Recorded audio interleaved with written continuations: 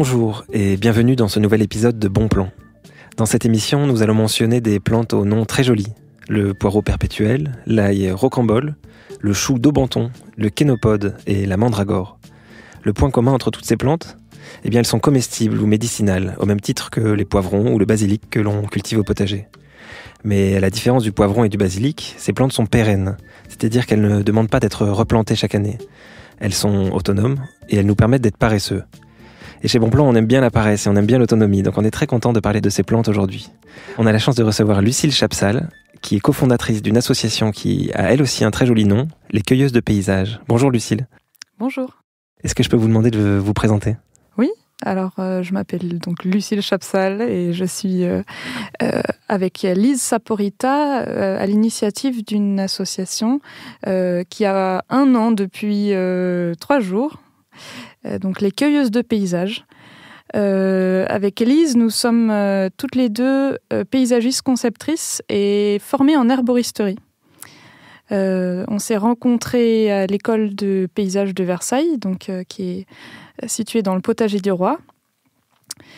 Et à travers cette association, nous avons à cœur de reconnecter les gens, et donc particulièrement les urbains, à la nature.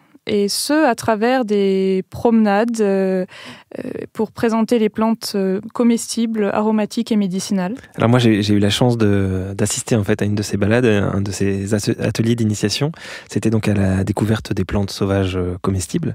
Ça se trouvait donc au potager du roi à Versailles. C'est un endroit qui est vraiment très joli, très intéressant. On vous en avait parlé en décembre dernier. C'était dans l'épisode 6 de cette saison de Bon Plan.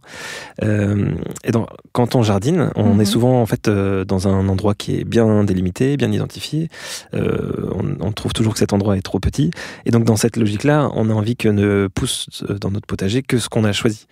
Et donc, les plantes sauvages, les plantes qui poussent sans qu'on les ait invitées, c'est un peu des intrus. C'est un peu, même parfois, on les appelle les mauvaises herbes, oui. Donc les plantes dont on ne voulait pas. Et quand on vous suit, quand on assiste à un de vos ateliers, on se dit au contraire que les plantes qui poussent spontanément, c'est des plantes qui sont souvent intéressantes et qui sont en fait une chance. Exactement. Alors, il y a un des profs de botanique de l'école que j'ai faite donc à Lyon, l'école lyonnaise de plantes médicinales et des savoirs naturels, qui nous disait il n'y a pas de mauvaises herbes, il y a juste des herbes dont on n'a pas encore découvert les propriétés. Et c'est vraiment notre philosophie, c'est-à-dire que pour nous, la mauve qui pousse spontanément en ville au pied d'un arbre a autant de valeur que le thym qu'on va planter dans sa jardinière. Elles ont toutes les deux des propriétés, mais une est spontanée et comme elle colonise des espaces, elle a été déconsidérée, alors que l'autre est cultivée. Alors on a établi une échelle de valeur comme ça. L'un des exemples de ces plantes, ça peut être l'ortie, qui est une plante effectivement spontanée, qui est vraiment une plante mal aimée. Or, elle a beaucoup de vertus. L'ortie, c'est vraiment un exemple de la plante mal aimée qui a peut-être le plus de propriétés. Elle a ce capital, un capital sympathie qu'elle n'a absolument pas. Alors donc, j'aime citer Mamie Germaine, qui est une mamie suisse, qui dit dans un petit court-métrage, si les gens savaient le nombre de propriétés qu'a l'ortie, il n'y en aurait pas au bord des chemins. Tout le monde se précipiterait pour cueillir l'ortie. C'est une plante qui est déjà extrêmement nutritive, elle est très très riche en protéines, en fer, en calcium, en magnésium. Donc on peut la consommer comme un légume. C'est une plante qui a des propriétés donc reminéralisantes parce qu'elle contient beaucoup de fer. Alors les gens qui sont fatigués par exemple, qui sortent d'une grippe ou qui ont juste un coup de mou après l'hiver, ils peuvent faire une cure d'ortie et ça va les requinquer aussi bien qu'une cure de guarana ou je ne sais quoi qui vient de l'autre bout de la planète. Voilà, avec la racine, moi je fais une décoction dans du vinaigre et donc je m'en mets sur les cheveux, donc ça évite que les cheveux tombent, ça les rend beaux, brillants. Voilà, l'ortie elle a énormément de propriétés, on peut la cueillir partout. Simplement, elle pousse souvent dans des endroits qui sont riches en azote, donc en milieu urbain, c'est souvent des pissotières. Donc, il faut faire attention où est-ce qu'on l'accueille, éventuellement la passer au vinaigre avant de la consommer. Et voilà, puis l'accueillir surtout avant qu'elle ne monte en graines.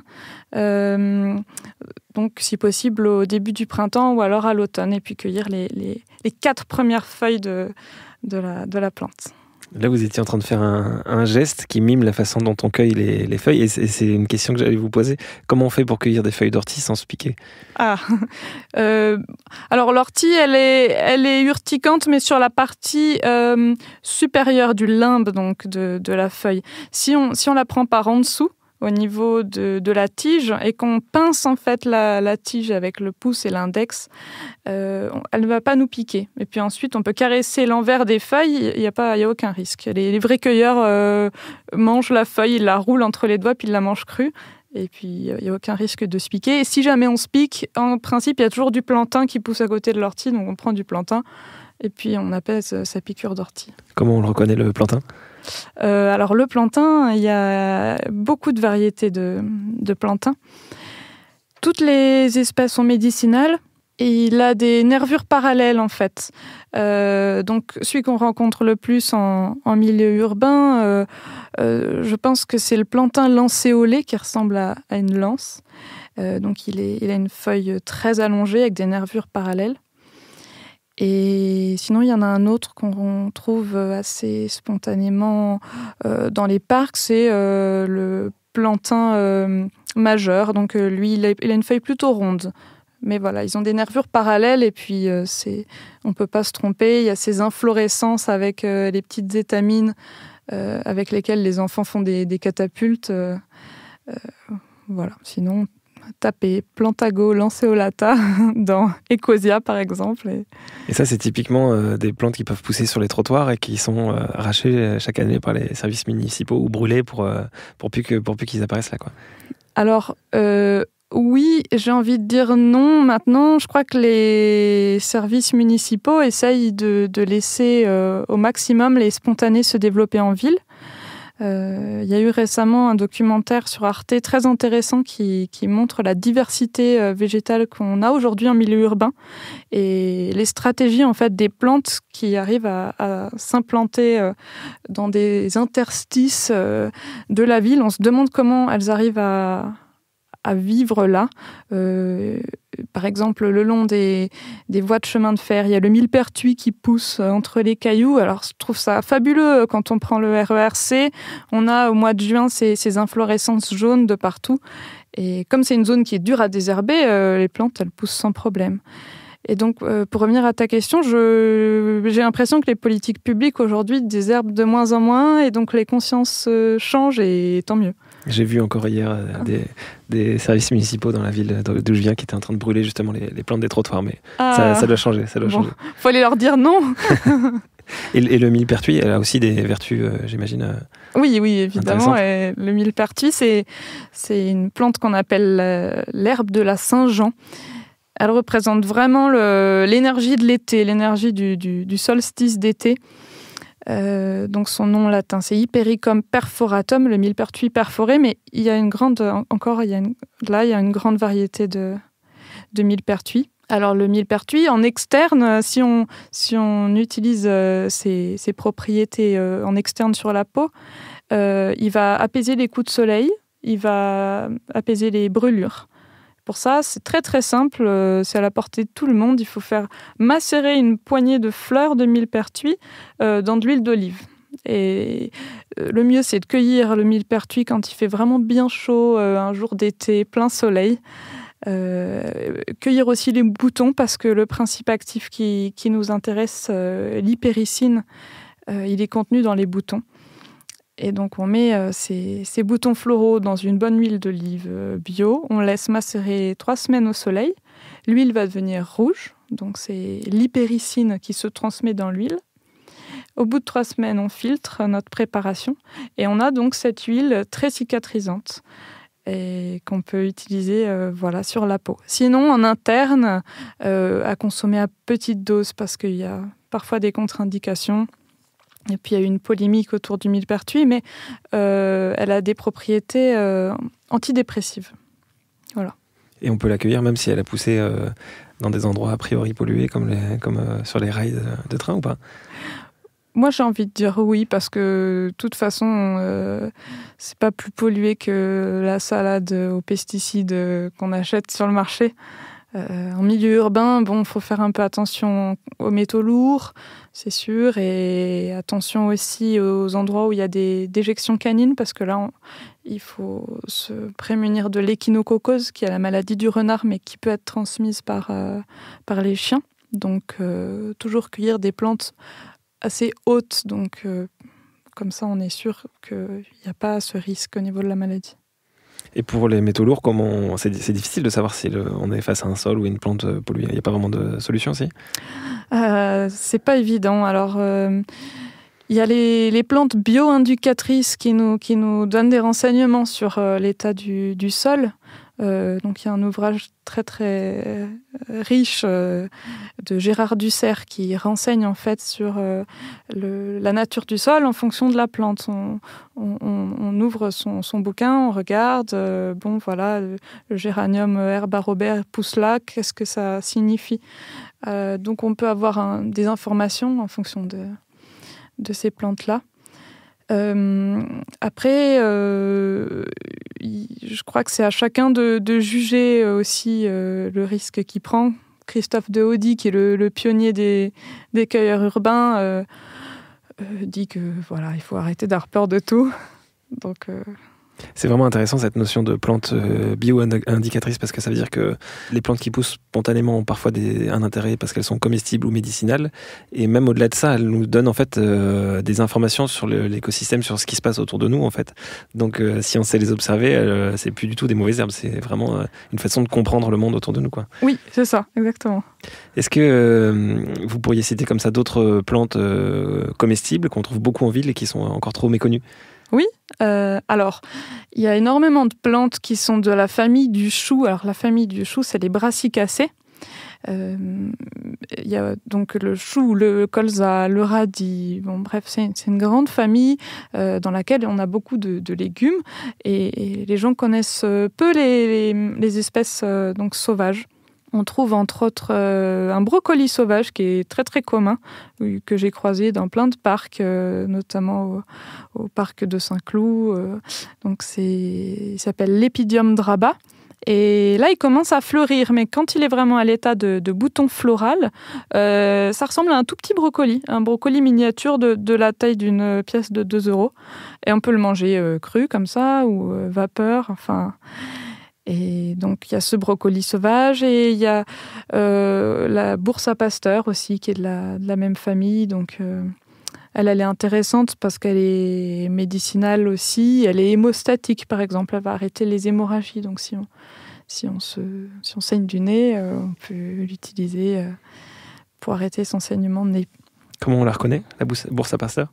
La bourse à pasteur, elle est extrêmement délicate. Elle a ses petits fruits, donc qu'on appelle siliques. Les fruits de la famille du chou s'appellent les siliques, qui ont une forme de petit cœur. Donc, si vous voyez une plante d'une taille d'environ 20 cm avec des petits fruits qui font, on va dire, 5 mm de large en forme de cœur, c'est la bourse à pasteur. Ok. Et il y en a d'autres, des plantes comestibles comme ça ou... Oui, qu'on trouve en ville. Qu'on trouve en ville, énormément. Le pissenlit, évidemment, il est non seulement comestible, mais en plus extrêmement médicinal. Sa racine est très très intéressante pour le foie. On dit que c'est un des meilleurs draineurs du foie pour faire une cure au printemps. Donc, si vous avez des pissenlits qui poussent dans votre jardinière, vous les arrachez, vous faites sécher, vous brossez bien la racine, vous la coupez en morceaux, vous la rincez, puis vous la faites sécher. Et en décoction, ça fait une très bonne tisane pour le foie. Et c'est un bon goût aussi, ou pas ? C'est très amer. D'accord. Mais il faut apprendre à aimer l'amertume. D'accord. Voilà, les feuilles se mangent au printemps. Alors, les feuilles de pissenlit, c'est mieux de les consommer avant l'apparition des fleurs. Après, elles deviennent vraiment trop amères et trop coriaces. D'accord. On a interviewé ce matin un jardinier en permaculture qui s'appelle Julien Thomas, qui a fondé donc un bureau d'études en permaculture qui s'appelle Mimétisme Permaculture. C'est quelqu'un qui connaît très bien et qui aime beaucoup les plantes qui sont vivaces, pérennes et ou perpétuelles au potager. Donc en gros, c'est toutes les plantes qu'on ne va planter qu'une seule fois et qui après seront indépendantes. Et ça complète bien ce que vous venez de raconter, notamment sur les choux. Il connaît aussi beaucoup de choux qui sont perpétuels et qui sont comestibles. On l'écoute. Donc bonjour, moi je m'appelle Julien Thomas, je suis on va dire dans l'agriculture urbaine et plus ou moins urbaine depuis 8 ans. Et donc j'ai fondé Mimétisme Permaculture il y a 1 an, donc qui est à la fois un bureau d'études de conception de jardin, verger, jardin sur les toits, ferme plus ou moins urbaine ou plus ou moins rurale, agroforesterie, et je lance une pépinière de fruitiers rares, d'arbres pas classiques, fourragers également, et notamment de légumes vivaces. Une petite introduction au préalable. En fait, il y a beaucoup de légumes qui sont vivaces qu'on ignore. En fait, souvent, ce sont des légumes anciens que l'usage intensif a rendu annuels ou qu'on cultive en annuel. Par exemple, le poireau perpétuel, c'est juste un poireau ancien qui n'a pas perdu son caractère vivace. Voilà, il y en a beaucoup plus qu'on pense, et souvent c'est des variétés qui ont été oubliées ou qui ont été un peu délaissées. Mais pour autant, elles ont leur intérêt. Donc, au niveau des légumes vivaces, dans les légumes feuilles, on a toute la famille des choux. Donc, il y a un certain nombre de choux qui sont vivaces. Il y a le chou d'Aubenton, il y a le chou du Portugal. En fait, chaque pays a un peu son chou vivace, qui est cultivable, qui se débrouille en général tout seul, qui sont pas sensibles aux ravageurs. Donc, de ce côté-là, c'est assez intéressant. Il y a bien sûr ce qu'on appelle la roquette vivace, c'est jamais qu'une roquette sauvage. Il y a la roquette de Turquie également, qui est un peu plus intéressante parce qu'elle est plus vivace, elle est un peu moins forte et surtout elle est beaucoup plus productive. Donc si on continue dans les légumes feuilles, dans la famille des kénopodes, on parle beaucoup du kénopode Bon Henri, et finalement il n'est pas forcément si intéressant que ça, parce que d'une part, il pousse assez lentement, donc il n'est pas extrêmement productif. En alternative, qui est cultivable en annuel, mais qui se ressème tout seul, donc on peut considérer que c'est un légume, on va dire, perpétuel à défaut de vivace. Il y a la roche, donc vous en avez une fois, vous en avez toujours dans votre jardin. C'est un arbuste dont on mange les jeunes feuilles, qui sont plus, on va dire, les grandes feuilles sont en général un peu dures, donc c'est pas forcément très utile. Et grosso modo, c'est une plante de printemps. Comme moi j'en ai 40 exemplaires qui poussent dans mon jardin. Et en fait, je vais en sélectionner 1 ou 2 qui va monter à 1 mètre de haut et qui va produire des feuilles à peu près jusqu'en juillet. Donc voilà. Sinon, il y a le sarrasin vivace qui est de la même famille, qui pousse aussi bien. L'épinard grimpant du Caucase, qui a été redécouvert en Suède. C'est un légume oublié et ça produit aussi. Vous avez aussi en mauvaises herbes, donc il y a beaucoup de plantes sauvages du jardin qui peuvent être considérées comme des légumes, qui peuvent être utilisés comme des légumes. Si vous avez un trop plein d'azote, vous avez les kénopodes blancs qui a des goûts qui sont pas si éloignés que ça.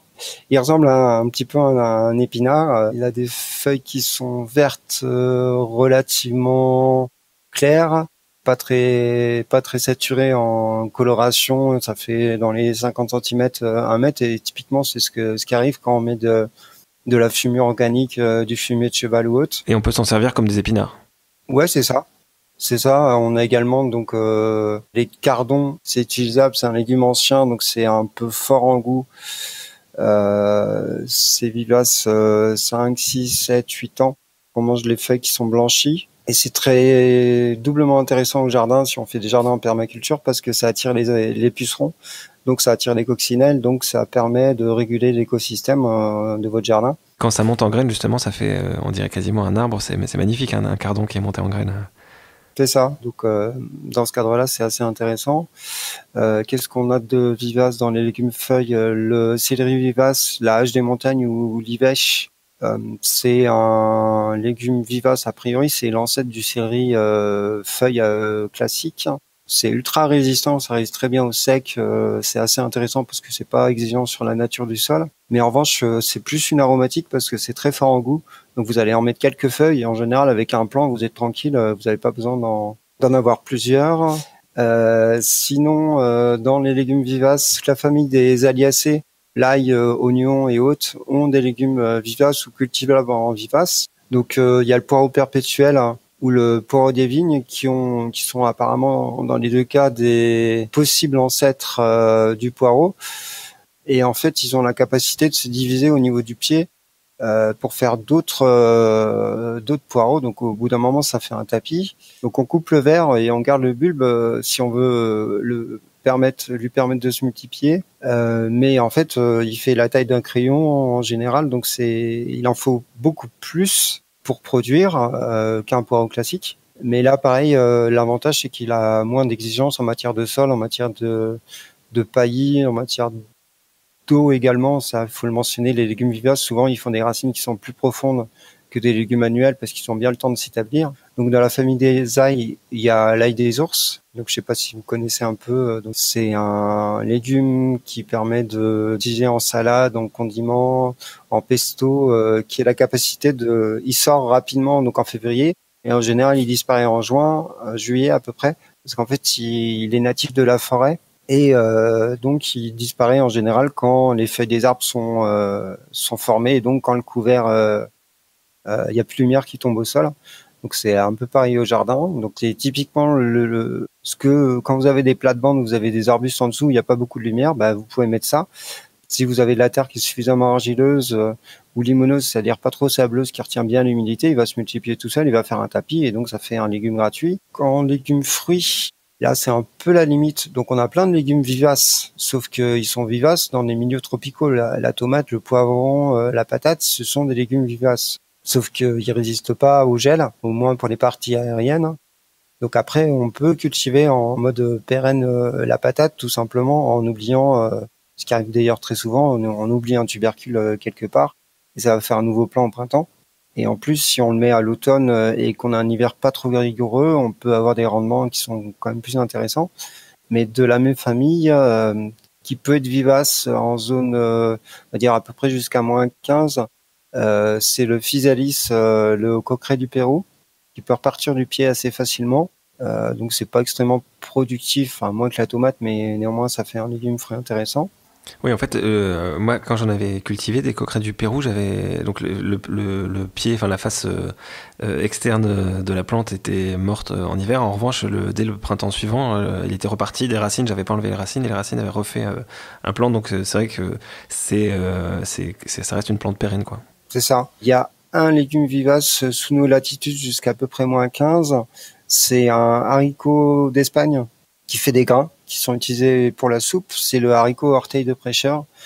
Donc c'est testé et approuvé donc par différentes personnes, y compris chez moi. Moi j'ai testé jusqu'à -13, ça pousse sans souci, avec même pas de paillage. Il y a qu'un seul fournisseur a priori en France, enfin en Europe plutôt, qui vend entre guillemets des semences fiables. C'est Semaille en Belgique. Donc pour avoir testé chez d'autres fournisseurs, c'est pas forcément fiable et donc ça fait des haricots à grains pas extrêmement productifs. Donc c'est du haricot grimpant qui monte jusqu'à 4-5 mètres qu'on peut palisser sur des tuteurs ou alors qui va grimper dans les arbres et qui revient chaque année. Ça résiste extrêmement bien à la sécheresse.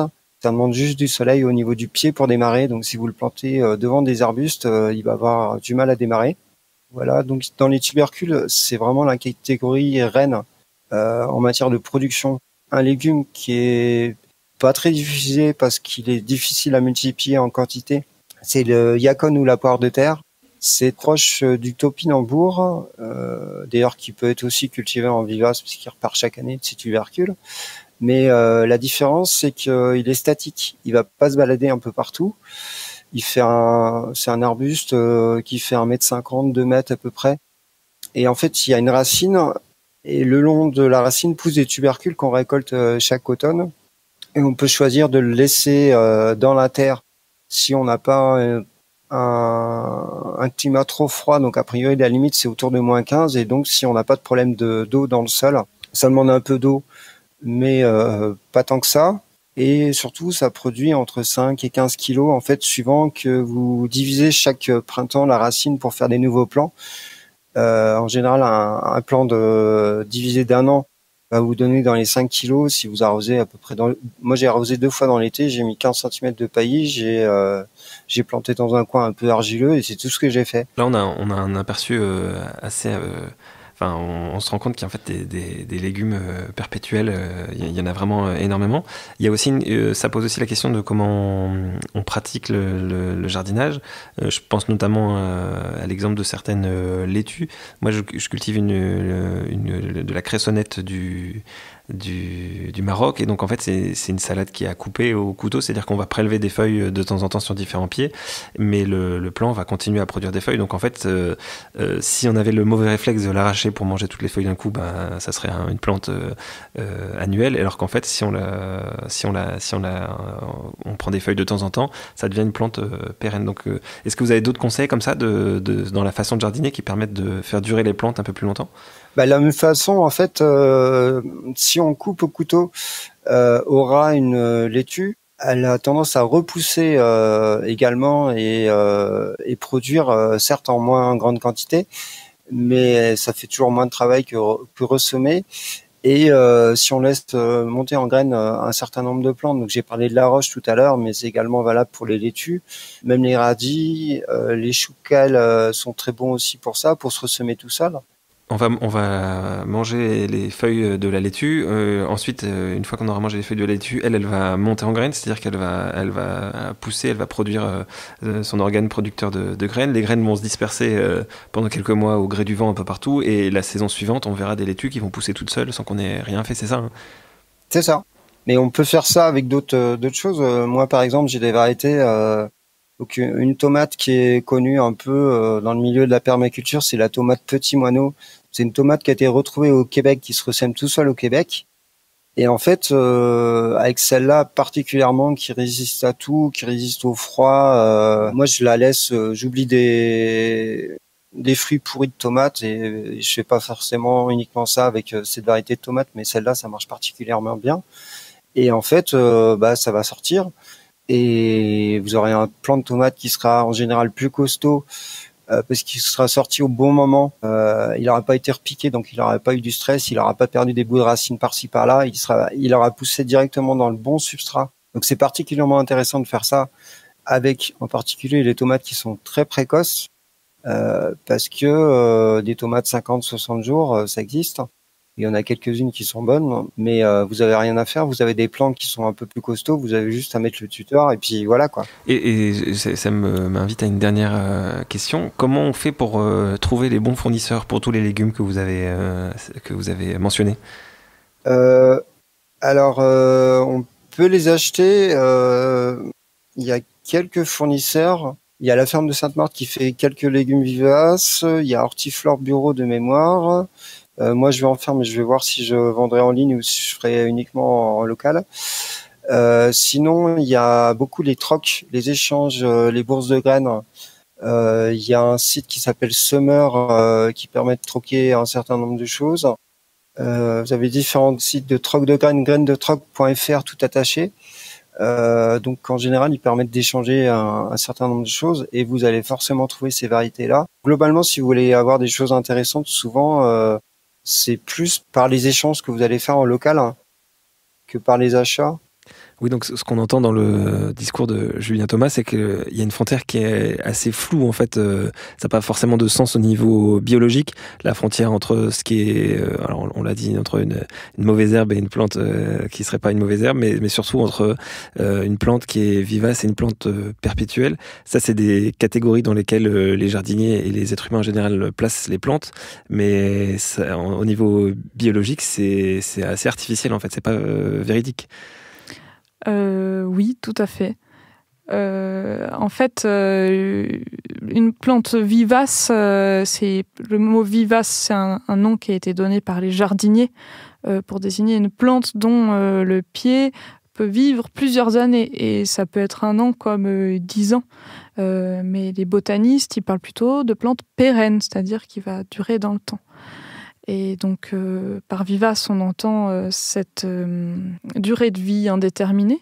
Les plantes annuelles, elles ont un cycle de vie d'1 an. Ensuite, elles meurent. Elles peuvent éventuellement se ressemer, donc repartir d'elles-mêmes si le sol est assez fertile et propice à leur développement. Et les bisannuelles, elles ont un cycle de 2 ans. Donc, première année, on n'a pas de fleurs. Et puis ensuite, la deuxième année, on a la fleur qui apparaît. Puis ensuite, elle meurt. Mais c'est encore une fois des classements. Le règne végétal est très très vaste et on a toujours besoin, pour savoir de quoi on parle, de donner des noms, des catégories. Mais c'est vrai que ça a une influence sur les pratiques. Si on se dit que les plantes sont faites pour durer une saison et qu'après on devra en reprendre de nouvelles l'année suivante, on peut avoir des pratiques du style à la fin de l'été, j'arrache tout ce qui était vivant dans mon potager, voire je le brûle et j'ai une terre complètement nue jusqu'à la saison d'après. Et donc ce qui est pas intéressant du tout pour l'écosystème du jardin, pour la vie du jardin. Or, si on réfléchit différemment et qu'on se dit chaque plante en fait s'inscrit dans un cycle plus long que juste la récolte, on a aussi des pratiques différentes. Oui, bien sûr. Plus on laisse le sol intact et on laisse la vie faire, et plus on va voir une sorte de mélange très très beau entre les vivaces qui sont là depuis un certain nombre d'années, et puis des spontanées qui sont venues, apportées par les oiseaux, toutes seules, et puis des annuelles qu'on a plantées l'année passée et qui se ressèment. Alors là, voilà, je suis venue par exemple avec une fleur de souci, donc c'est le Calendula officinalis. C'est une plante que j'aime énormément. C'est une annuelle, mais c'est une annuelle qui a une stratégie de développement extrêmement puissante. Elle a des graines de 3 formes différentes pour pouvoir à la fois tomber dans le sol, c'est-à-dire des graines un peu lourdes qui tombent au pied de la plante, des graines un peu ailées, donc qui vont être emportées par le vent, et puis des graines avec des griffes qui s'accrochent aux poils des animaux. Donc comme ça, elle est sûre qu'elle va de partout. Et on la sème une année, si on laisse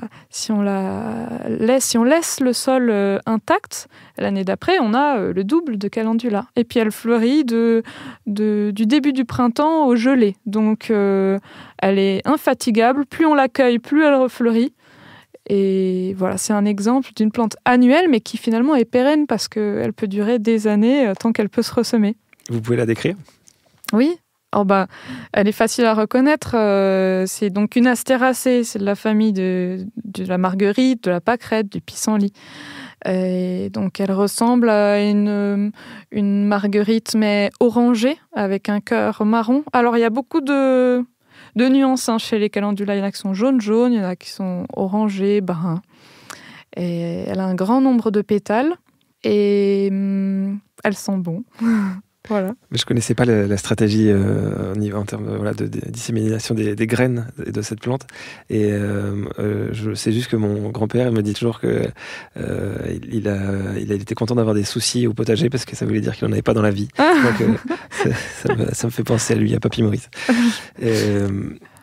En fait, ça m'intéresse parce que c'est pas juste une posture théorique de dire il faut pas mettre dans une catégorie des végétaux qui seraient mauvais et des bons, parce que la façon dont on nomme les choses et dont on les observe, ça a vraiment une influence sur la vie autour de nous. C'est le biologiste russe Vavilov qui avait montré ça, que si dans 2 vallées différentes, une même plante est nommée différemment par 2 groupes d'êtres humains, s'il y en a qui vont plutôt s'intéresser à la forme des feuilles et l'autre à la forme des fleurs, et bien en fait ils vont la sélectionner selon ce qui les intéresse, et donc la plante va évoluer en fait en fonction de la façon dont elle était nommée. Donc c'est vrai que c'est important de discuter de tout ça, quoi. Oui, c'est vraiment indispensable. Et puis il y a quelque chose qui est très important. Je crois qu'il faut arriver à se décentrer. On est extrêmement anthropocentriste dans notre société. On pense que les plantes sont là pour nous soigner, pour nous nourrir. Alors on leur donne des catégories qui se réfèrent à nous. Elles sont médicinales, voilà, elles vont nous soigner, elles sont comestibles, elles vont nous nourrir, elles sont tinctoriales, elles vont teindre nos vêtements. Mais d'une part, les plantes ne sont par exemple médicinales que parce que nous sommes malades, ou comestibles que parce que nous avons besoin de manger. Mais à la base, elles sécrètent tout leur merveilleux principe actif pour elles-mêmes, pour se développer, pour survivre. Donc, s'intéresser à la plante pour ce qu'elle est et non pas pour ce qu'elle va tout de suite nous apporter, c'est déjà, je trouve, un autre regard à porter sur le vivant. Et ça, c'est vraiment ce qu'on essaye de transmettre avec Lise. C'est voilà, une petite brassicacée de rien du tout au pied d'un arbre a autant de valeur qu'un gros chou de Bruxelles ou... Non, le chou de Bruxelles, c'est petit. Un gros chou-fleur au potager. Mais ça implique d'avoir de l'empathie pour le végétal, de se mettre à la place du végétal. Alors, c'est déjà pas facile de se mettre à la place d'un être humain, alors du végétal, c'est encore plus difficile. Oui, c'est vrai.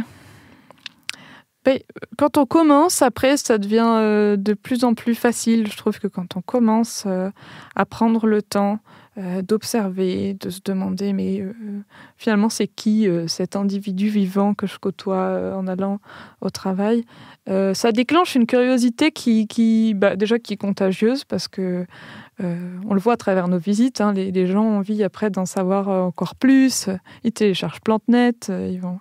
C'est quoi PlanteNet ? Ah, PlanteNet, donc c'est une application, un peu comme Shazam va te permettre de savoir quelle musique passe.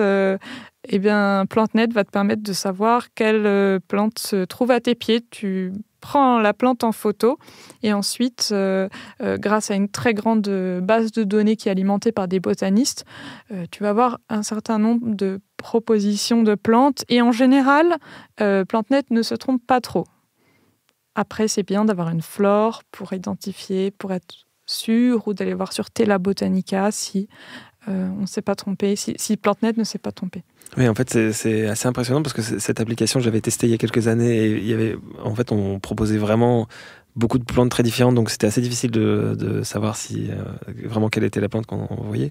Et en fait, c'est une application qui progresse au fur et à mesure des photos qui sont proposées par les utilisateurs. Et donc, en fait, je l'ai réessayé il y a quelques temps, là, au printemps, quand plein de plantes sont apparues. Et en fait, j'ai été assez impressionné. La qualité et la pertinence en fait, des choix qui sont proposés a vraiment beaucoup évolué. Donc, plus on propose, plus ça s'améliore. Voilà, donc il ne faut pas hésiter à proposer, participer. Et ça serait ça le premier conseil pour quelqu'un qui a envie d'observer différemment les plantes, de comprendre leur utilité, leur façon de vivre, leur spécificité. Ça serait de télécharger PlanteNet. Ça serait quoi le premier conseil ? Ça, c'est une colle. Je dirais que c'est un premier pas pour les gens qui sont assez connectés et un peu pressés. Après, je pourrais vous citer plein de références. Il y a des vidéos qui sont extrêmement bien faites. Par exemple, le blog de Christophe Bernard, Altea Provence, qui fait des fiches très très précises sur les plantes médicinales et comestibles, des vidéos. Donc voilà, pour les gens qui veulent approfondir, c'est très très bien. Et puis, un grand nombre de guides par la couleur. Donc, avoir un petit guide de plantes, par exemple, les de la Choénier-Selé sont très bien pour savoir reconnaître la plante par la couleur. Une fleur orange, hop, on va trouver facilement le souci. Après, il y a des ateliers qu'on développe avec l'association qui sont, pour moi, extrêmement intéressant, justement pour prendre le temps de découvrir les plantes. C'est des ateliers initiation à l'illustration botanique. Et en fait, on fait dessiner les plantes par les gens. Et le fait de prendre le temps de dessiner une plante, après, on la reconnaît partout. On ne va pas l'oublier. On sait ses caractéristiques morphologiques. On a compris son caractère. Et c'est des ateliers qui ont beaucoup de succès. Donc, moi, j'invite aussi les gens à dessiner les plantes, à prendre le temps de faire des esquisses, même s'ils trouvent ça moche. L'important, c'est regarder la plante et essayer de la représenter. C'est un beau conseil. Ça reconnecte en plus à toutes les générations de naturalistes qui ont toujours travaillé comme ça, en dessinant ce qu'ils voyaient pour déjà mieux observer, pour reconnaître, pour conserver. Oui, exactement. Je pense que c'est quelque chose que j'ai jamais fait personnellement, donc je vais peut-être m'y mettre. Globalement, tout ça, c'est des conseils qui permettent d'évoluer de façon plus pacifique avec les végétaux. Je ne sais pas si vous en voyez d'autres pour les urbains, d'autres conseils de ce style-là, où on a peut-être fait le tour. Essayez, si vous avez un petit bout de terre ou une balconnière ou un endroit où cultiver, d'avoir le plus de diversité possible et puis de l'observer et puis de ne pas avoir peur de laisser pousser une mauve qui est venue toute seule ou alors un pissenlit à côté de votre thym et donc de chercher à quoi correspondent ces plantes, qui elles sont. Voilà, parce que la nature aura jamais fini de nous surprendre. Merci pour ces réponses. Est-ce que je peux vous demander de nous citer un film ou une œuvre ou un livre, une référence musicale, est-ce que vous voulez, qui vous inspire et qui fait écho à ce dont on a parlé aujourd'hui ? Je vais citer un livre plutôt, Colette, Les vrilles de la vigne. En fait, elle décrit sa mère dans sa maison maternelle. Sa mère qui fait du ménage comme une forcenée toute la journée et qui sort sur le pas de la porte et qui se transforme en descendant au jardin et qui va regarder les pivoines en leur prenant le menton. Enfin, elle utilise vraiment un vocabulaire comme si elle décrivait vraiment des humains alors qu'elle parle de plantes. Et donc du coup, ça, quand on parlait d'empathie tout à l'heure, je trouve qu'on a une empathie, un amour immédiat pour les plantes du jardin. Et c'est un projet pour vous d'avoir un jardin aussi, comme ça ? Oui, en région parisienne, c'est pas évident, mais effectivement, pour ma part, je vais donc rentrer dans ma région natale, qui est donc l'Isère. Enfin, je suis en Rhône-Alpes. Et voilà, il y a une amie de ma maman qui me propose 1000 mètres carrés pour faire un jardin de plantes aromatiques, médicinales, comestibles, tinctoriales, etc. Donc ça commencera en septembre. Bon, bonne chance pour ce beau projet. Merci. Merci à vos réponses et merci à celle de Julien Thomas qui nous a répondu par téléphone. Merci à Quentin qui a réalisé cette émission. Merci aux équipes d'Upian et de Binge Audio qui la produisent. Merci à vous d'avoir écouté cet épisode. Si vous l'avez aimé, n'hésitez pas à le partager, à en parler autour de vous ou à mettre une bonne note sur votre application de podcast. Et d'ici là, cultivez bien. Binge.